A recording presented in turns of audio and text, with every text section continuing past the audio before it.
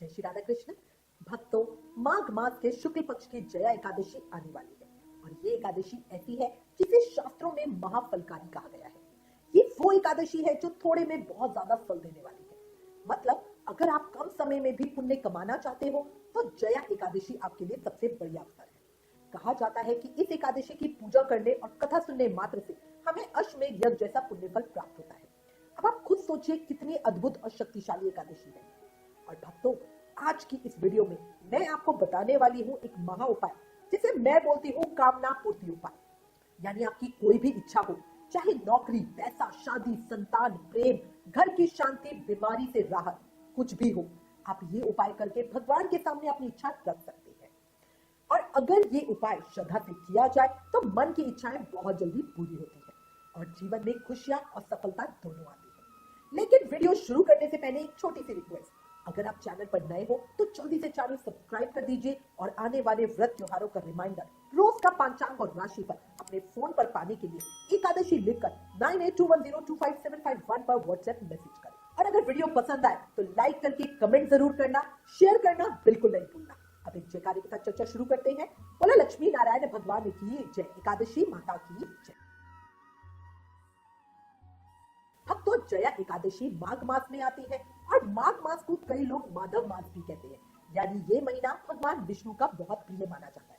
इसलिए इस महीने में आने वाली जया एकादशी और भी अधिक पुण्यदायी वाली बन जाती है, क्योंकि माघ महीना सबसे प्रिय महीना, एकादशी सबसे प्रिय तिथि।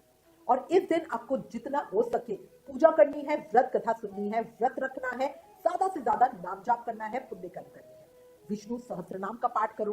भक्तों, एक बात ध्यान रखना, जो व्रत करते हैं और जो व्रत नहीं करते, दोनों को इस दिन सूर्योदय से पहले ब्रह्म मुहूर्त में ही उठना है। एकादशी केवल उपवास नहीं, ये मन की सफाई का दिन है। अब भक्तों ध्यान से सुनिए, ये उपाय बहुत सरल है लेकिन इसका प्रभाव बहुत गहरा है। कुछ आपको काम करने हैं। क्या? ब्रह्म मुहूर्त में उठे, जया एकादशी वाले दिन सूर्योदय से पहले उठे, स्नान करें और मन को शांत करें। इस दिन साफ और हल्के पीले रंग के कपड़े पहने। पीला रंग भगवान विष्णु और माता लक्ष्मी को बहुत प्रिय है। अब भगवान विष्णु का सुंदर पूजन करें। एकादशी की पूजा विधि आप पहले वाली वीडियो में ऑलरेडी देख चुके हैं और उसका लिंक नीचे डिस्क्रिप्शन में दिया है। उसी विधि से पूजा करना। इसके बाद सबसे जरूरी काम, अब आपको करना है एक विशेष काम। 5 सफेद जनेऊ लीजिए और उन्हें केसर में रंग लीजिए। साथ में 5 स्वच्छ पीले फल जैसे केला, आम या कोई भी पीला फल ले लीजिए और भगवान को अर्पित कीजिए। अब भक्तों, भगवान को पीली बढ़िया मखाने की खीर का भोग लगाएं। पीली खीर भगवान की पूजा में बड़ी ही शुभ मानी जाती है और सबसे अच्छी बात यह है कि ये खीर फलाहार में आती है क्योंकि मखाने की बनी है, तो एकादशी व्रत करने वाले भक्त भी इसे प्रसाद रूप में खा सकते हैं। बढ़िया पीली मखाने की खीर कैसे बनानी है, इसकी विधि का वीडियो ऑलरेडी हमारे चैनल पर है और उस वीडियो का लिंक नीचे डिस्क्रिप्शन में है, आप देख सकते हैं। याद रखो, भोग नहीं होता खाना, भोग होता है भावना। जब प्रेम से अर्पण हो तो स्वीकार होती है हर कामना। अब भगवान को भोग अर्पित करने के बाद तुलसी की जाप माला लेकर लाल या पीले आसन पर बैठ जाइए और बढ़िया मंत्र जाप कीजिए। ओम नमो भगवते वासुदेवाय। इस मंत्र की कम से कम 3 माला तो आपको जरूर करनी है। जाप करते समय एक बात ध्यान रखना, मन में कोई डर नहीं, सिर्फ विश्वास हो और भगवान सुन रहे हैं ऐसा विश्वास हो। जहां विश्वास होता है वहां भगवान देर नहीं करते आते। अब इसके बाद आपको घर के बाहर किसी मंदिर में जाना है, वो केसर रंग वाले जनेऊ और 5 पीले फल लेकर भगवान विष्णु के मंदिर में उसे अर्पण कर दीजिए और वही भगवान के सामने अपने मन की इच्छा साफ साफ कहिए। भक्तों, मांगते समय ये जरूर बोलना कि प्रभु मेरे जीवन में सुख, शांति, प्रेम और भक्ति बनाए रखना। मंदिर में कोई फल प्रसाद के रूप में वापस जरूर लेकर आना, खाली हाथ मत आना। पंडित जी को दक्षिणा देकर प्रसन्न जरूर करना और रास्ते में अगर आपको कोई गरीब या जरूरतमंद बच्चा मिले तो उसे कुछ ना कुछ भेंट जरूर देना। घर आकर जो भी आपसे बड़े हैं उनके चरण स्पर्श करना, उनके पैर छूना, क्योंकि भक्तों बड़ों का आशीर्वाद सबसे तेज मंत्र होता है। और इसके बाद सबसे जरूरी नियम, पूरा दिन गुस्सा नहीं करना, वरना ये उपाय काम नहीं करे। पूरी पूजा पाठ में मन में शांति बनाए रखना। गुस्सा, चिड़चिड़ाहट, झगड़ा, इन सबसे पूजा का फल शून्य हो जाता है। भगवान को प्रसाद से पहले आपका स्वभाव, आपका भाव चाहिए। अब एक प्रश्न है, प्रसाद कैसे खाएं? तो मंदिर से जो फल वाला प्रसाद आपको मिला है उसे आप अपने घर में अपने परिवार के साथ खाएं, किसी और के साथ उसे बांटना नहीं है। और जो खीर का भोग आपने भगवान को लगाया था वो भी घर के सभी सदस्य जरूर खाएं। अगर किसी भक्त ने निर्जल व्रत किया है तो वो ये खीर और प्रसाद अगले दिन सुबह पारण के समय खाएं।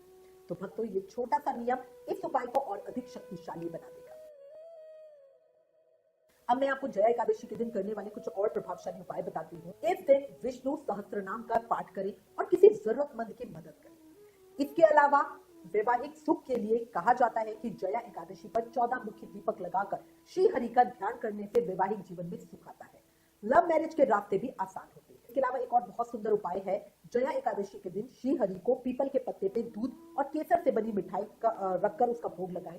ध्यान रखें पीपल का पत्ता एक दिन पहले ही तोड़ के रखें। एकादशी वाले दिन पत्ता लकड़ी नहीं तोड़ी जाती। मान्यता है इससे जीवन के कष्ट दूर होते हैं, आर्थिक तंगी कम होती है, घर में सुख आता है। अब भक्तों अगर आपको की कोई इच्छा है जो बहुत समय से पूरी ही नहीं हो रही है, तो एक उपाय और आपके लिए जो रामबाण की तरह काम करता है। आपको करना ये है कि जया एकादशी से माघ पूर्णिमा तक भगवान के पास 5 दिनों तक अखंड दीप प्रज्वलित करें। दीप कैसे प्रज्वलित करें? जया एकादशी वाले दिन सुबह ब्रह्म मुहूर्त में उठिए, स्नान करके भगवान विष्णु और माता लक्ष्मी की बढ़िया पूजा करें। फिर अखंड दीप जलाते समय अपने मन की जो भी इच्छा है वो भगवान को बताइए और तब दीप जलाइए। दीप जलाते समय बोले ओम नमो भगवते वासुदेवाय, तो इस मंत्र का जाप करते हैं। और भक्तों बहुत जरूरी बात, दीपक के नीचे चावल और एक सिक्का जरूर रखना। दिशा का भी ध्यान रखना, ईशान कोण यानी उत्तर पूर्व दिशा में ही ये दीपक लगाना। ये देवी देवताओं का स्थान माना गया है और अखंड दीप की स्थापना के लिए सबसे उत्तम दिशा भी यही मानी जाती है। इसके अलावा अग्नाय कोण दक्षिण पूर्व, इस दिशा में दीपक रखने से घर में सुख समृद्धि आती है और शत्रुओं पर विजय मिलती है। ध्यान रखें दीपक का पूर्व या उत्तर दिशा में ही होना चाहिए। अब इसके अलावा पूछा जाता है किस तेल से दीप प्रज्वलित करें, तो आप इस दीपक को शुद्ध देसी घी या तिल के तेल से प्रज्वलित कर सकते हैं। ध्यान रखना सरसों के तेल का प्रयोग बिल्कुल नहीं करना है। माघ पूर्णिमा पर समापन के दिन, माघ पूर्णिमा के दिन जब समापन होगा तब देसी घी का दीप दान करना। सोने चांदी पीतल का दीप हो तो बहुत ही शुभ है, वरना आप मिट्टी का भी कर सकते हैं। दीपक के साथ दक्षिणा जरूर देना। और भक्तों ये उपाय जो भी कर लेता है वो व्रत ना भी रखे, बस श्रद्धा से बढ़िया पूजा कर ले, कथा कर ले और उपाय कर ले, तो भी उसके जीवन में मंगल ही मंगल होता है। दीपक की लौ छोटी होती है पर उम्मीदें बहुत बड़ी जला देती है। अब भक्तों एक छोटा सा उपाय और सुन लो। अगर आपके घर में पैसा आता तो है लेकिन टिकता नहीं है, खर्चे ज्यादा हो रहे हैं और धन जमा नहीं हो रहा, तो किसी भी एकादशी पर एक पीले कपड़े में 7 पीली कौड़ी और 7 हल्दी की गांठ रखकर उसे अपनी तिजोरी या जिस भी जगह पैसे रखते हो वहां रख देना और फिर देखना धन की स्थिरता धीरे धीरे बढ़ेगी। तो भक्तों आज की इस वीडियो में मैंने आपको बताया जया एकादशी का महाफलकारी उपाय। इसको करके देखना, जीवन के अंदर मंगल ही मंगल होगा, मन की इच्छाएं पूरी होगी। वीडियो पसंद आए तो लाइक और शेयर जरूर करना और शेयर करना भूलना नहीं ताकि औरों का भी भला हो सके। Please like share and subscribe. Thank you. जय श्री राधा कृष्ण।